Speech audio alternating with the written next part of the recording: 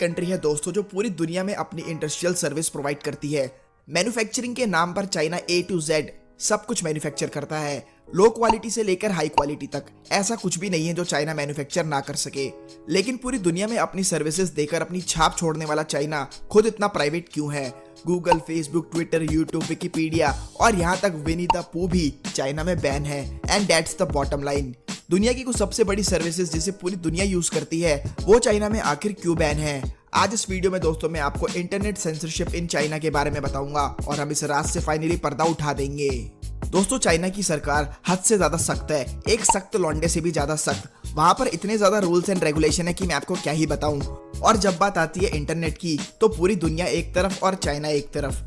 Internet censorship, इसका मतलब ये कि हर कंट्री की गवर्नमेंट इस चीज पर कंट्रोल करती है कि इंटरनेट पे उनकी पॉपुलेशन को क्या दिखाया जाए और क्या नहीं, कौन सी इंफॉर्मेशन उनको एक्सेस करनी दी जाए और कौन सी नहीं, और क्या डाटा वो अपलोड और डाउनलोड कर सकते हैं और क्या नहीं। ये सब चीजें इंटरनेट सेंसरशिप के अंडर आती है। जब बात इंटरनेट सेंसरशिप की आती है तो हर कंट्री कहीं ना कहीं अपने आप को और अपनी पॉपुलेशन को हार्मफुल चीजों से बचाने के लिए कुछ चीजों को इंटरनेट पर ब्लॉक कर देती है। लेकिन चाइना ने तो दोस्तों इस मामले में खलारा मचा रखा है।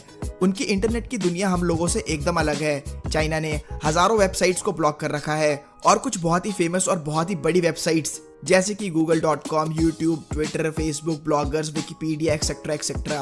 और मजे की बात तो यह है दोस्तों कि इनमें से ज्यादातर वेबसाइट्स यूएस की हैं।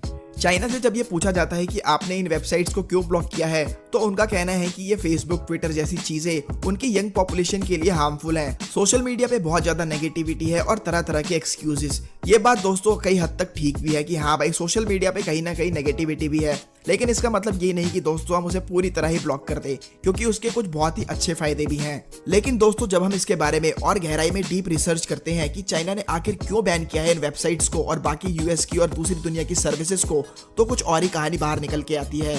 तो पहली चीज ये दोस्तों की चाइनीज गवर्नमेंट की 24/7 उनके इंटरनेट यूजिंग पॉपुलेशन के ऊपर नजर रहती है। यानी इंटरनेट यूज करने वाले सभी लोगों के ऊपर चाइना की नजर रहती है। और सिर्फ इतना ही नहीं दोस्तों, आप इंटरनेट पे क्या सर्च कर रहे हो, क्या देख रहे हो, आपके personal messages, browsing history, A to Z सब चीजों पर उनकी नजर है। यहाँ पर दोस्तों आपने अपने फोन को वाईफाई से कनेक्ट किया और वहीं चाइना की गवर्नमेंट आपसे कनेक्ट हो गई। दूसरी चीज ये है दोस्तों कि जैसा कि आपने देखा होगा कि हमारे देश में फ्रीडम ऑफ स्पीच जैसी चीजों का इस्तेमाल करके लोग अपनी भावनाओं को प्रकट करते हैं, जैसे कि एक दूसरे का मजाक उड़ाना, सोशल मीडिया पर मीम बनाना, पॉलिटिशियंस का मजाक उड़ाना या किसी का भी मजाक उड़ाना। ये सब चीजें दोस्तों हमारे देश में आम बात है और ये नॉर्मल सी चीज है, एक्सेप्ट इन सम केसेस। लेकिन अगर आप चाइना में यही काम करते हो, उनकी सरकार का मजाक उड़ाते हो, कोई फेक न्यूज फैलाते हो, तो वही तुरंत आपके साथ चट देनी मार देनी घींच के हो जाएगा। मतलब कि तुरंत आपको अरेस्ट कर लिया जाएगा।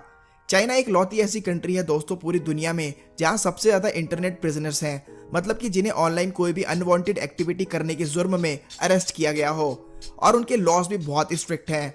2001 में दोस्तों चाइना के एक एक्टिविस्ट ने याहू के थ्रू एक ईमेल भेजी थी और सिर्फ एक ईमेल भेजने के जुर्म में उसे 10 साल के लिए जेल में बंद कर दिया गया।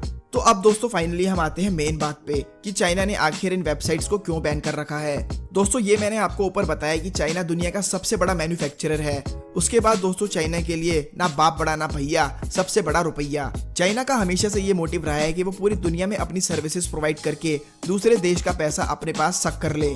आज आप दोस्तों खुद ही देख लो, इंडिया से लेके अमेरिका तक हम सभी चाइना के प्रोडक्ट्स और सर्विसेज को यूज करते हैं, लेकिन उनके देश का पैसा कभी भी नहीं जाना चाहिए कहीं भी।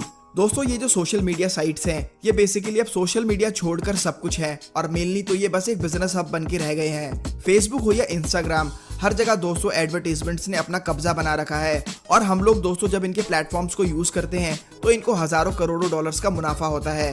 फॉर एग्जाम्पल अगर आप फेसबुक या इंस्टाग्राम यूज कर रहे हैं तो आपको तरह तरह के एडवर्टीजमेंट्स दिखाए जाते हैं प्रोडक्ट्स के और सर्विसेज के, based on your browsing activities and history. और सपोज 100 लोगों को ऐसे एडवर्टीजमेंट्स दिखाए जा रहे हैं तो उन 100 में से एक आदमी तो पैसे खर्च करके उन्हें लेगा ही। और यहाँ दोस्तों ये एडवर्टीजमेंट 100 लोगों को नहीं 100 करोड़ से भी ज्यादा लोगों को दिखाए जाते हैं हर रोज।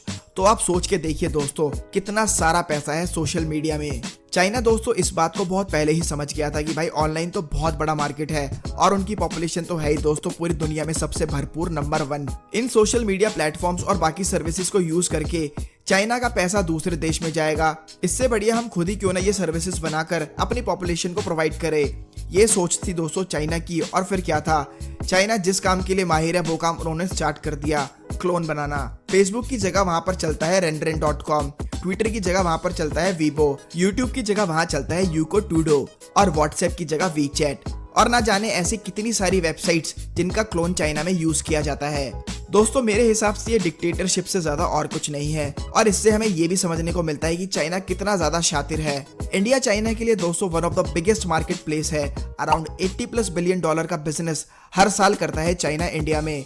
तो आप सोचो दोस्तों हमारे देश का कितना सारा पैसा चाइना में जाता है। टेक्निकली दोस्तों देखा जाए तो हम जो ये कहते हैं से नो टू चाइनीज प्रोडक्ट, ये स्लोगन बहुत सही है और हमें इस पे अमल भी करना चाहिए, लेकिन हमारे पास उनके प्रोडक्ट्स और सर्विसेज को यूज करने के अलावा और कोई ऑप्शन भी नहीं है। हमारी मजबूरी है ये दोस्तों। वो जिस प्राइस पर जिस क्वालिटी के प्रोडक्ट्स हमें डिलीवर करते हैं, उस प्राइस और उस क्वालिटी का प्रोडक्ट प्रोड्यूस करने में हम खुद इतने एडवांस नहीं हुए हैं अभी तक। तो हम बताइए और क्या ही करें। लेकिन हाँ दोस्तों, हमसे जितना हो सकता है हमें उतना करना चाहिए। अगर आप दोस्तों चाइना और पाकिस्तान के रिलेशन के ऊपर वीडियो देखना चाहते हैं, जिसमें मैं आपको डिटेल में बताऊंगा कि आखिर चल क्या रहा है इन दोनों कंट्रीज के बीच। बहुत सारी खबर आ रही है दोस्तों कि चाइना ने लाखों डॉलर्स पाकिस्तान में इन्वेस्ट कर रखे हैं, और इवन वहां वो अपनी खुद की एक चाइनीज सिटी भी बना रहे हैं।